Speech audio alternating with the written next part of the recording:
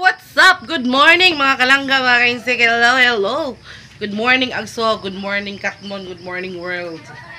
Hello mga kalangga. So our video for today, kasama ko po si Insik dito sa ating tindahan mga kalangga at si Papa Deer. Andito po si Papa Deer. Ayan. And we are drinking our black coffee mga kalangga na.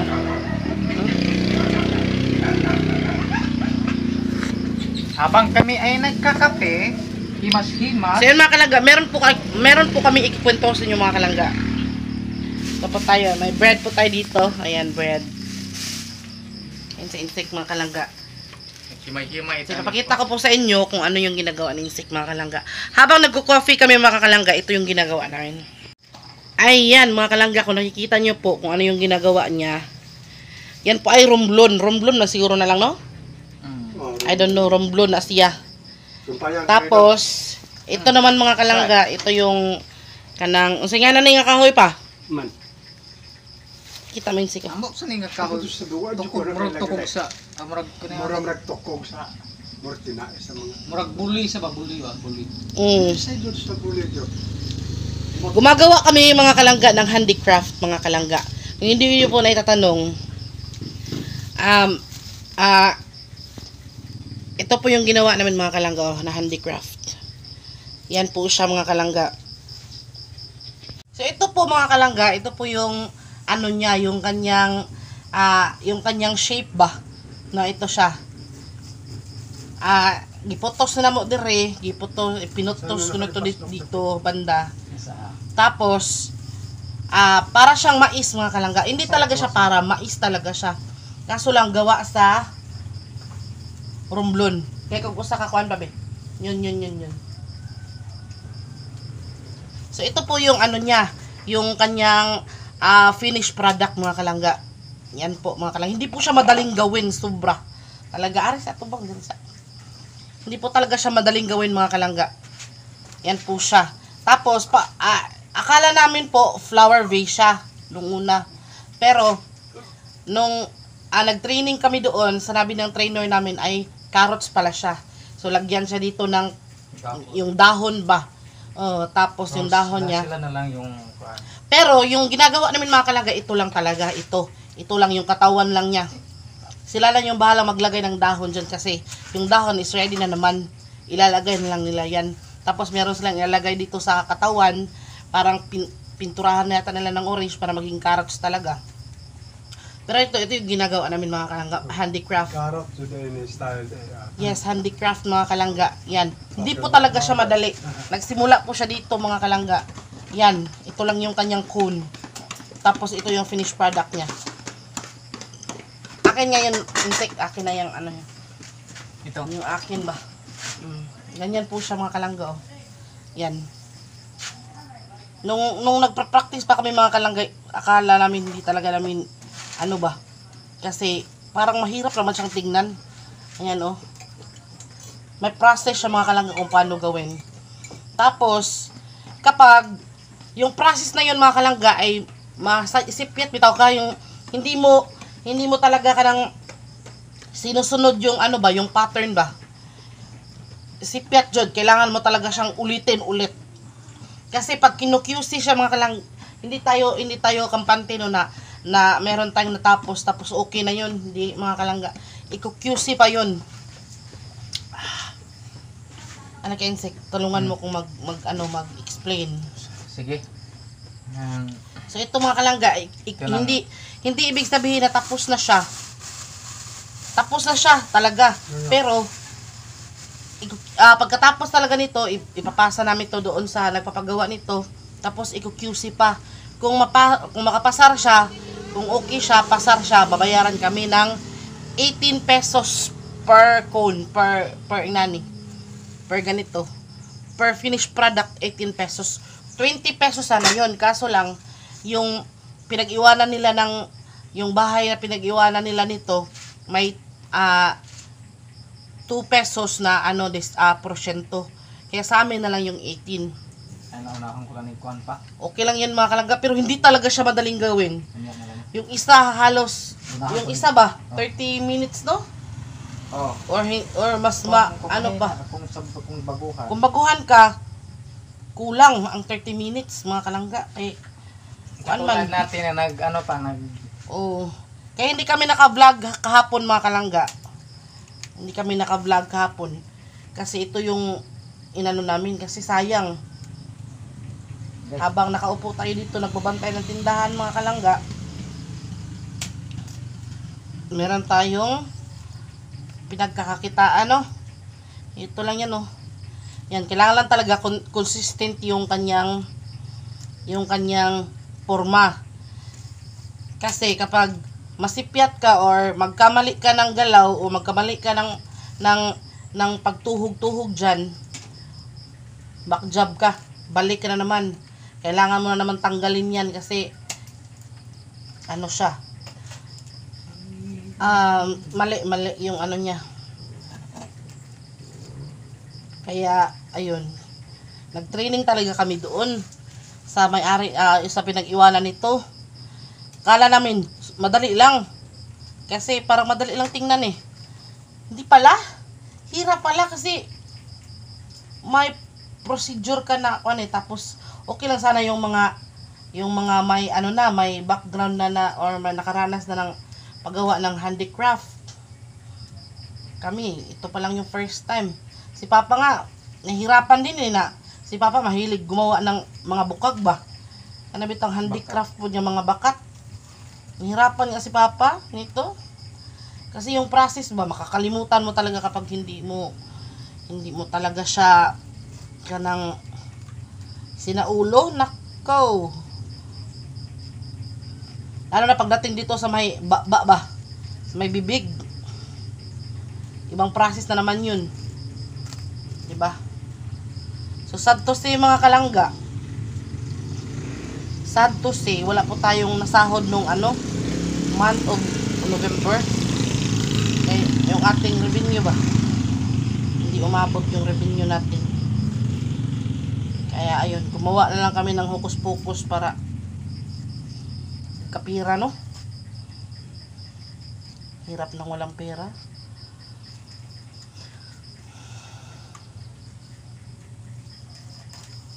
Ayun. So natulog kami kagabi mga kalangga. Almost 1 AM ng madaling araw. Kay talagang kinabisado pa namin ni Insik. Tapos inano pa namin kanang talagang sinikap namin man na may matapos. Nakatapos kami kahapon ng 6 no? Nakatapos kami ng 6. Tanda.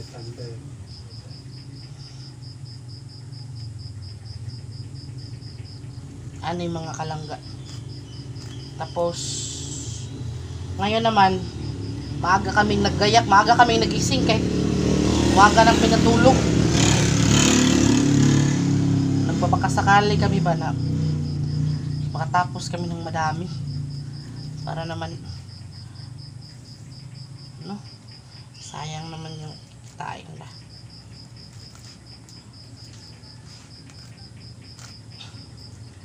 Di siya madali mga ka-insect, di talaga. Nasabi ko sa inyo. Kamay.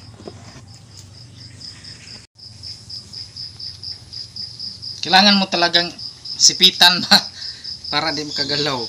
Yan. Saya, nag-heading na po ako mga ka-insect. Ginawa na niya yung ulo ba. Nag-heading po ako. So kailangan natin ng bawasan konti para makapag-lock po tayo mga ka-insect.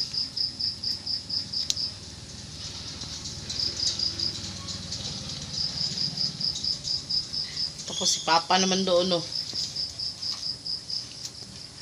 kaming tatlo yung nagbabanat dito mga kalangga para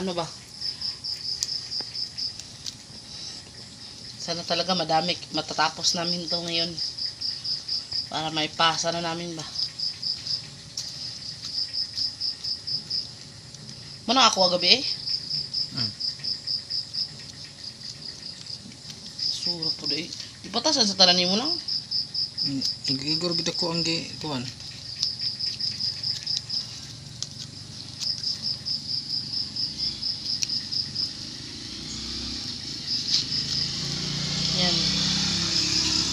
So, yung kape ko mga kalangga hindi nagalaw na.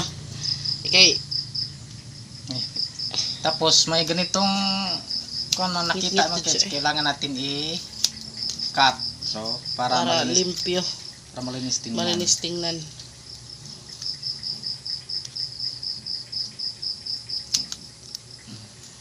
Ayan. So, tapos ang pagdugtong tawag ng sumpay, no? Higupot na muna tayo ng kape.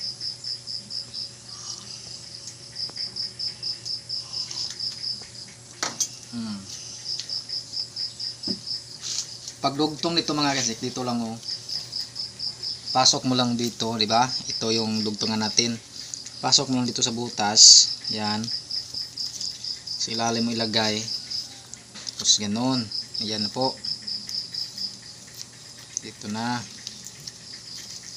Okay. Lock naman.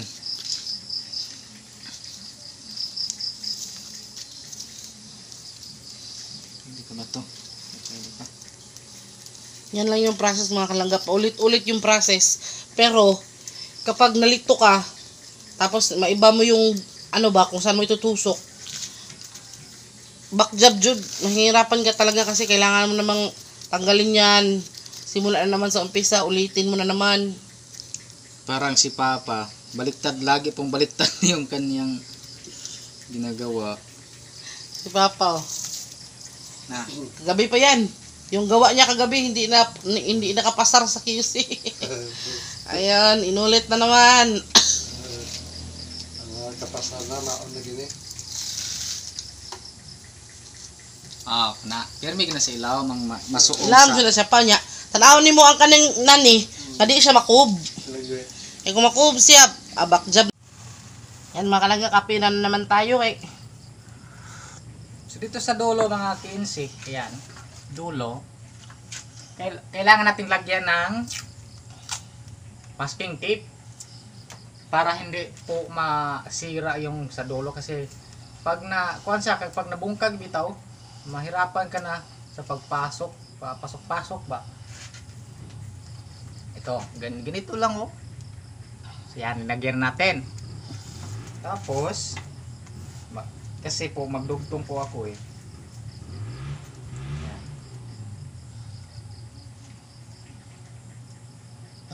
Kahapon mga kalangga, niluto ko na yung kalabasa na pinitas namin nung isang araw.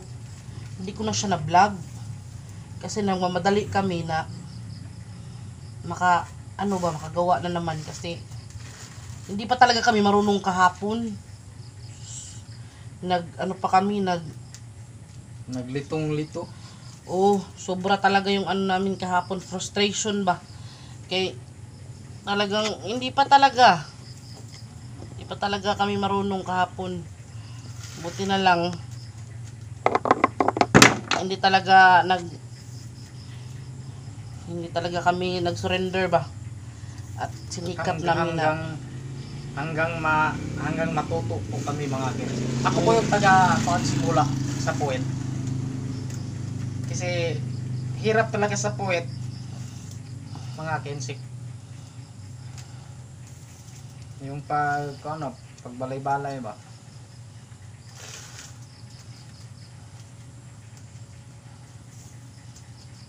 Hirap talaga pag hindi. Yung first time namin gumawa ng handicraft mga kalangga, kaya parang pero wala namang bagay na hindi mo matutunan kung pagsisikapan mo, no? Kaya ayun, pinagsikapan, natuto din. Salamat naman sa Diyos at talagang binigyan niya kami ng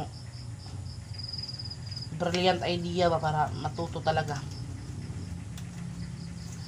Talagang pinatalas niya ang aming kaisipan para talagang magawa namin ang gusto namin gawin sa buhay.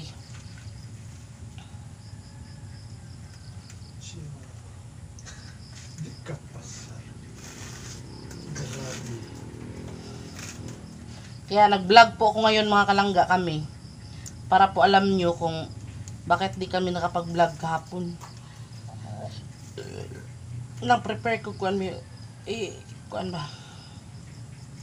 Sumpay.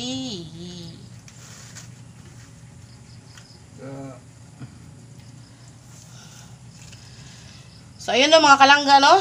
Ito na yung process natin. At i-update namin kayo kung ano yung, kung ilan yung aming natapos, kung ilan yung aming nahimo, at kung magkano yung kinita namin. Duha lang ako, ah. Ito nga ang kulang na yun. Tungaan kayo, taas kayo. Lisod ko. Nahirapan ako sa kalisod. So, samahan niyo po kami mga kalangga, no? Sana hindi kayo magsawang manood sa aming video. Kahit simple lang. At sana, ayun, tangkilikin nyo pa rin ang aming mga videos mga kalangga. Sana, sa December, makasahod tayo, no? Para meron tayong pamasko. At makasahod din tayo nito. Makarami tayo. So, dito na lang po magtatapos ang ating video mga kalangga kasi marami pa po kaming tatapusin. Sana po naintindihan nyo at sana po okay lang kayo dyan sa kung nasaan man kayo ngayon at kung ano man ang inyong ginagawa. Thank you so much mga kalangga. Bye-bye. Papa dear. Bye-bye. Grabe Papa. Oh, grabe yung concentration. Bye-ers.